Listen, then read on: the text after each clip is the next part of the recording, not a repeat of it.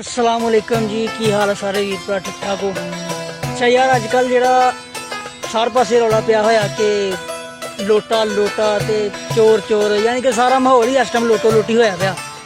ते इन्हां लोटियां दी नज़र एक शेर है। नाले जिस तरह तुहाडी सामने कि हर कारकुन दा ना, हर पार्टी दे कारकुन दा इक्को ही रोना कि जेड़ा उन्हां दी पार्टी च आ गया बेहतरीन, वो सोने दा लोटा, ते जेड़ा नहीं आया वो प्लास्टिक का गंदा जिहा लोटा। हालांकि लोटा लोटा होंदा भावें जेड़ा मर्जी है। ते एक शेर अर्ज कीता उन्हां वास्ते कि जेड़ा एक बारी विकेआ वो हर वार ही विकेगा, जेड़ा एक बारी विकेआ वो हर वार ही विकेगा।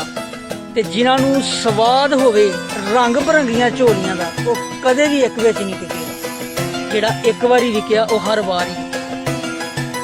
अज लोटे लोटे ते चोर चोर दा गंद खिल रहा हर पासे। अज लोटे लोटे ते चोर चोर दा गंद खिल रहा हर पासे। तक के बंदर तमाशे असैंबलियां वाले निकलन पे पूरी दुनिया दे हासे। ते भावें इमरान नियाजी होवे या नून लीगिए, भावें इमरान नियाजी होवे या नून लीगिए, जेड़ा लोटियां दा गंद खरीदेगा वो इसे खरीदे गंद तो तिलक के जरूर डिगेगा। जेड़ा एक बारी विकेआ वो हर बार ही विकेगा।